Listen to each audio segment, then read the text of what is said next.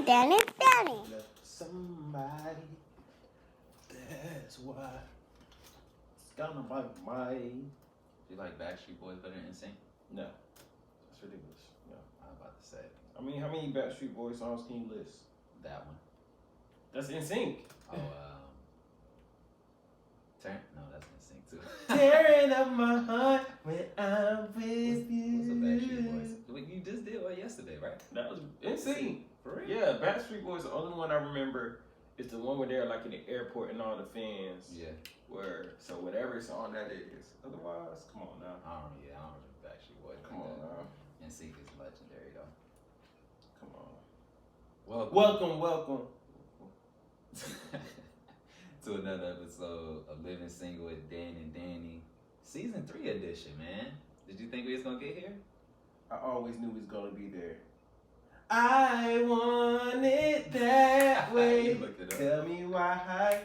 Yeah, I mean that's a banger though. As always, I'm Danny, and in front of me is Dan, man. How you doing? I'm blessed, man. Alright. Okay. Alright. Yup. Well, not. What's been going on with you, man? It's season 3, man. What's going on with your life? What's new? Not that much, man. How many months has it been? Like 4, 3? Has it been? I don't know. It's been been at a least while. 2 or 3. Yeah, it's been like 3 months. I know. People I know been y'all looking missed for this. us. Yeah. People been asking. You know what I'm saying? We back. We needed it though. We needed it. Definitely needed it. There was a time where I was like, dang, I wish we can put out something though. Right. Like, it was a little bit of the people wanting it and then just not wanting to go ghost. Yeah. But then I started thinking about like artists and different things. Like, they go ghost and their supporters are still there. So, like, you People know. wait for power every year. They do. I didn't watch last season. I need to watch this one. We I only heard giving some y'all last one. 3 months. Exactly. Not bad. In perspective. Yeah. Or keeping it relative. But yeah, so shout out to y'all, man. If y'all been down since season 1, and if y'all haven't been down since season 1, shout out to y'all for being here today. That's what's important, man. We gonna continue to grow. We have a live show. Just to mention, if you want to meet us in person, October 5th, Charlotte, North Carolina. use code Living Single. The link is in our bio. Yeah, it's $21 for tickets. You get $5 off if you use the code. So we'd love to see our fans and our supporters in Charlotte that weekend. If you can, please come out and support. And also, if you haven't, make sure you rate and review the podcast on Apple Podcasts, man. On all platforms that you can do it. Yeah. Don't be discriminatory. I didn't know any other platforms to rate. I don't know if they can, but just in case, let's be safe here, people.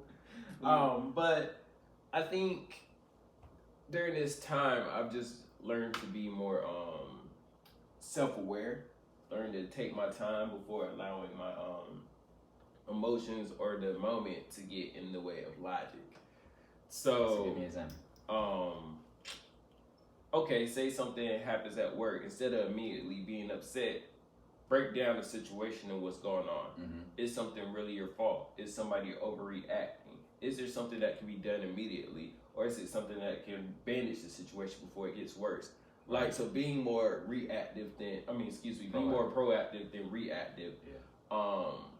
I think has been my major practice in this, being open-minded, because I think a lot of times I will run to, my circle, like right away, this is going on, this is going on, this is going on, before even talking to myself first or talking to God first. And so, and I thought that was a bad habit. Like, you don't even give yourself a chance to figure it out on your own before running to other people.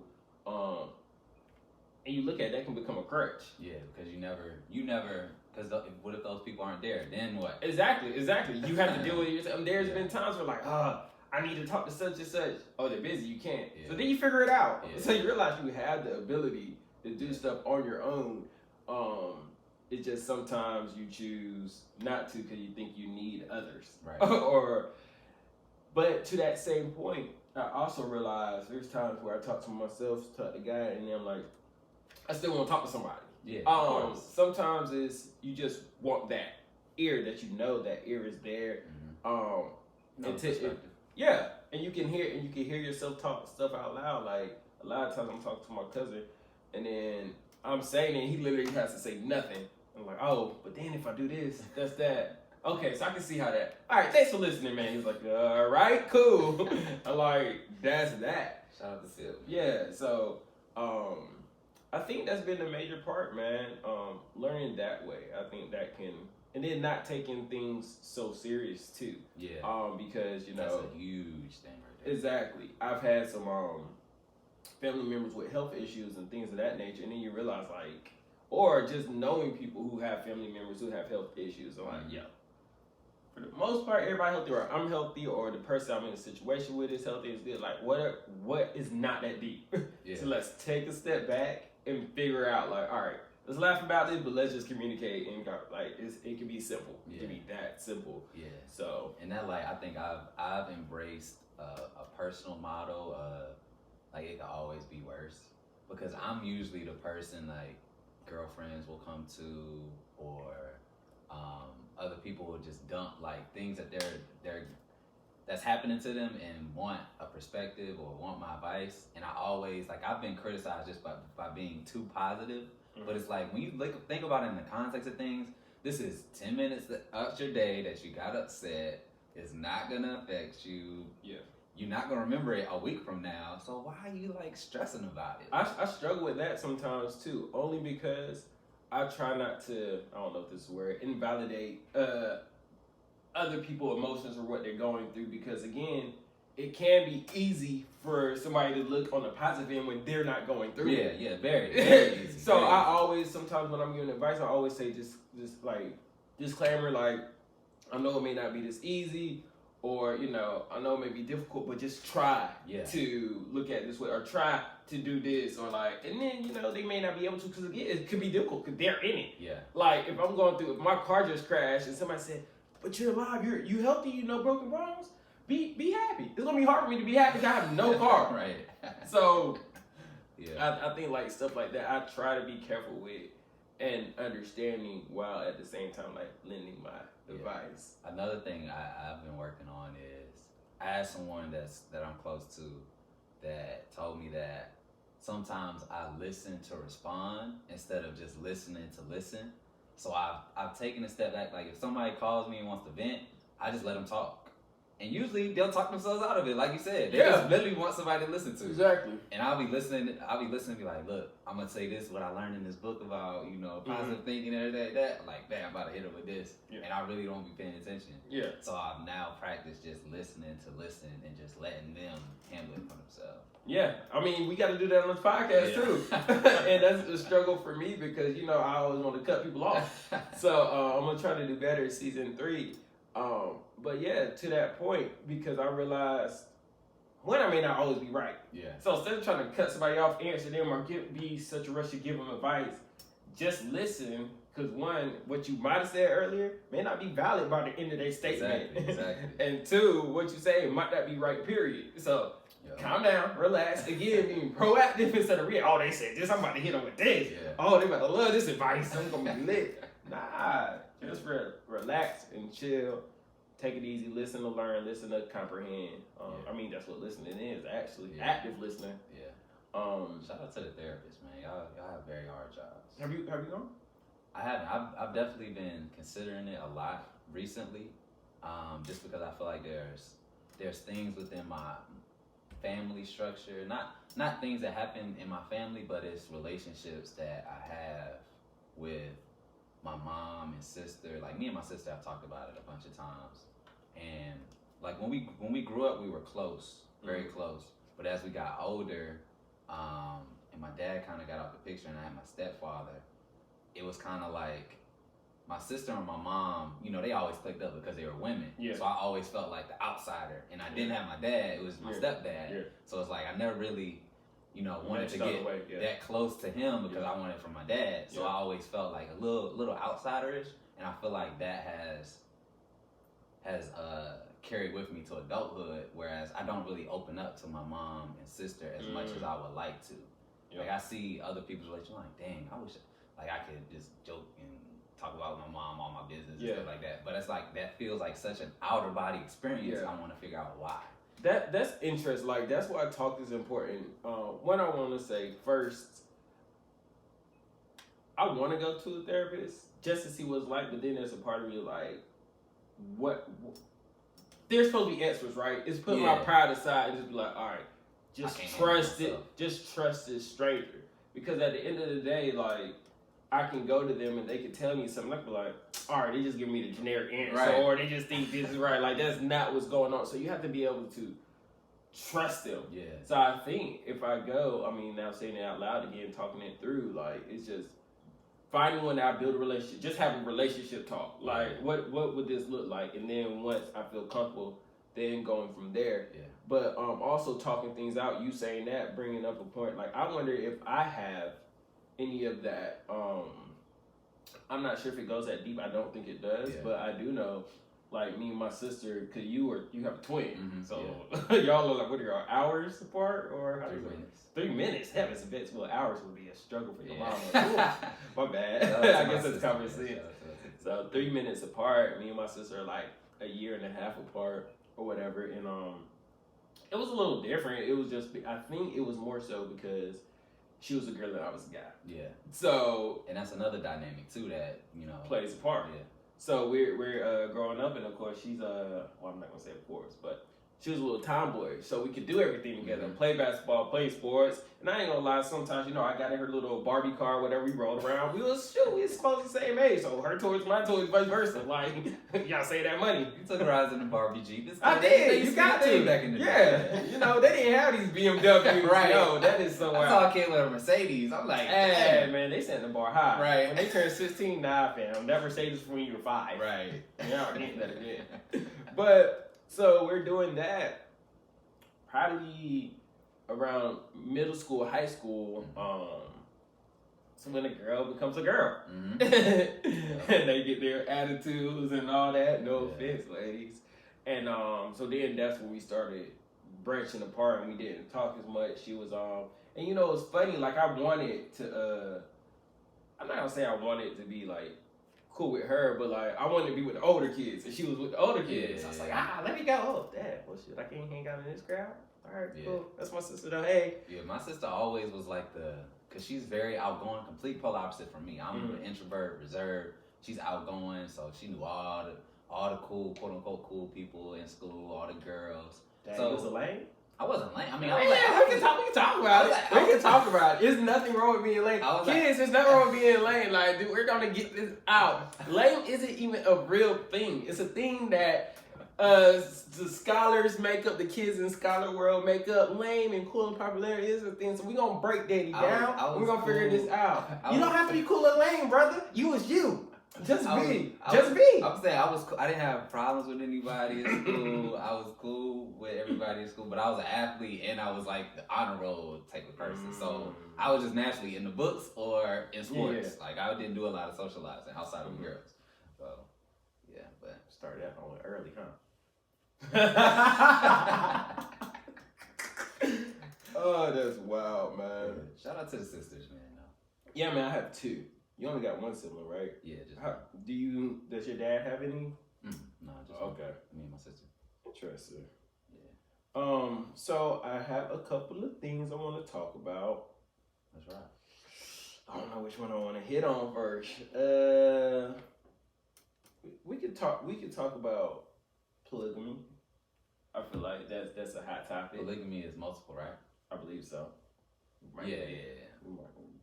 I've been thinking about that too, because We need an intern, nigga. I mean, Danny. right. My bad. If you'd like to be an intern for the Living Single Podcast, hit our DM at Living Single Pod and let us know, man. If you want to learn the behind the scenes, behind podcasting, man, we'll definitely compensate you in experience. Yeah, it's the practice of. We're not compensating. In experience, not money. Oh, okay, got you. Okay. The practice polygamy, the practice or custom of having more than one wife or husband at the same time. Nah, I don't want more than one wife, but I've got to the point now where like season 1, I was out in the streets. Okay. Season 2, I had 1 foot in, 1 foot out. Okay. Season 3, I'm on the sidewalk, more intentional, more truthful, more selective. So season 1 in the streets, season 2 1 foot in the streets, 1 foot out the streets, and then season 3 it's like, all right, I'm gonna find that healthy medium and just chill right here on the sidewalk, which is neutral until I figure out which way I want to go. Yeah. But like I talked to Q, and shout out to Q, she had hit me and said that she lives in San Francisco. Mm-hmm. And she said that a lot of the young people out there are subscribing to like the she's gotta have a mentality where they're dating just different types of people that fill their certain needs. Like you have your person that you go to for sex, you have your person that you go to for intellectual stuff, go to for spiritual stuff, that you go to for fun and outgoing stuff. And I'm like, low key that sound lit, like, but it's just how do you manage the emotions of it all? That's a lot of different personality, emotions. I don't think that's sustainable long term. Yeah, I don't think so either. It can't be from the simple standpoint of, okay, I'm going to you for sex, I'm going to you for intellect, I'm going you for, activities. And then so who are you going to for these things? So like it's a lot of people in the mix at what, and again, this, I think the bigger thing is what you're looking at. How long do you want to keep these set people? Is it okay until they run their course and then you get another person intellectual? And then to the sex person run their course, then you get another person. I think that's what will determine it. Cause I'm still thinking at it from the standpoint of, are you gonna want something long term eventually, or somebody that you can always be intellectual with, you can always have sex with, you can always have activity with, cause that's what I want. Yeah. So from that point of view, it wouldn't work for me long term. Yeah. So, but for anybody else, I guess if they don't, require it long term, or they're like, all right, our sex time was fun, I can find somebody else, or our intellectual time was fun, I can get that stimulation for somebody else. Yeah. Like I guess if you want to move like that, it may work. Yeah. I'm thinking more long term now. It's just I've struggled with, I don't want to be wrong or make the wrong decision. So that like the full 100% commitment is scary to me, to be honest. Like I don't want to commit to this person and then figure out 2 years in that, oh, dang, it wasn't the right person for me. And then I'm back out. You know what I'm saying? So it's like I want to be completely 100% sure before I jump in all the way. And I think that's when, the perspective and the outlook you take on it matters. Yeah. So in my mind, and that's why I was single for so long, people would be like, you scared of commitment, or you're too picky, or whatever the case may be. But it was always my thought that like, if I'm gonna spend the rest of my life with you, I have the right to be picky. Right, exactly. Like, I have the right. If I don't want you using a fork, you should be using a spoon, and guess what? I ain't gonna be with you.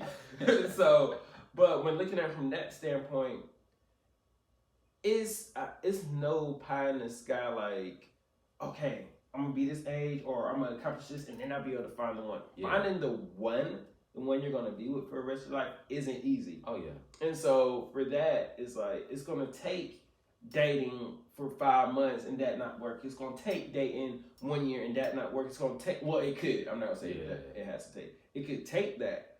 And I think that's all a part of the journey, because once you do find that one, after taking those risks and getting your heart broke, you gonna know how that person is the one. You've been through the ringer. Yeah. And chances are they have too.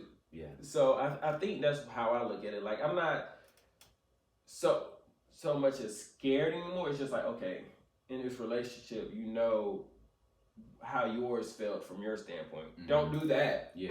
So flip that, grow yourself, and see if you can grow with this person, and then just take it one day at a time. And before you know it, 10 years will be down the road. Yeah. So that's how I look at it. Because again, you can't control it. Right. So you can't worry about something that's not in your control. And I used to feel almost not guilty, but I would feel some sense of like the women that I was dating when I was like just actively dating, I would feel like bad to tell them that, oh, I'm dating because I'm trying to find a wife and I'm dating multiple people and I'm trying to figure out what I like. Like I would feel almost like ashamed to say that when it's like, yo, this is my life. Like I if you feel a certain type of way, fine. And that's what I had to change, because I was not being truthful in the beginning. And I had to realize like, yo, why am I holding back my truth to protect someone else's feelings? Mm-hmm. Like I can't do that anymore. It's funny that you said, I remember last season, or it could have been the first one, when you're talking about, you know, I read shout out to Tyrese, my brother. I read his book. I'm always up front in all my dates. And now how you said that, you felt a way about that. But to that point, you don't have to do that. By no chance. You don't have to lie to the person. Yeah. But you just don't have to lead them on. But then if you do feel the need to tell them that up front, you don't have to do it in a certain way. Yeah. Like, hey, I'm dating a bunch of people. Hey, I just want to let you know up front, I'm trying to find a wife, so you aren't the only one right now. Like, no, you don't have to. Yeah. So, like, I feel like that's important too. Like, going, again, that's taking the time to reflect on yourself. And, you know, if you're out here dating people, multiple people at a time, or, you know, dating this person, it doesn't work out, dating another person, it doesn't work out. That's why it's important to take time to reflect, like, on yourself and, you know, on those dates. And, you know, being real with yourself, being honest, and having that, you know, whether it's a therapist or a friend or a family member or whoever, to sort of, you know, help give you input too. Yeah.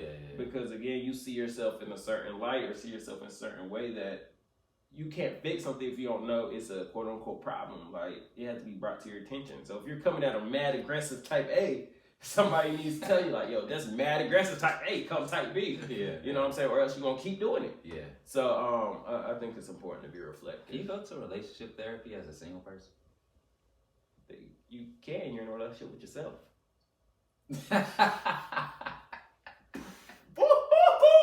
I'm on fire. Somebody put me out. Listeners, if you have any therapist recommendation, preferably a person of color, primarily black or brown, please let me know, and I'll definitely take all recommendations. But we good on time, man. Tell the people what they can expect from season 3, man. Without trying to be too somber, like, when Nipsey passed, it made me realize how good his music really was. Like, I mean, I listened to Nip, so that is not like I was one of those who, like, let me get on him since he passed away, let me see what all the hype about. But when you go back and listen to his discography, it's like, man, he had a message. He left something. Mm-hmm. So for me, that's what I want season 3 to be. I want us to leave something. Like, every episode, I think, and I'm not saying we can't have fun and all that, but I want there to be some sort of message, legit message that you could really pull, that everybody can pull from every episode. So that's what I hope to make this season. Oh yeah, for sure. Excuse me. So that's my goal. What about yours? That's the same for me. I feel like we want to be, I mean, we do co-host the show, man.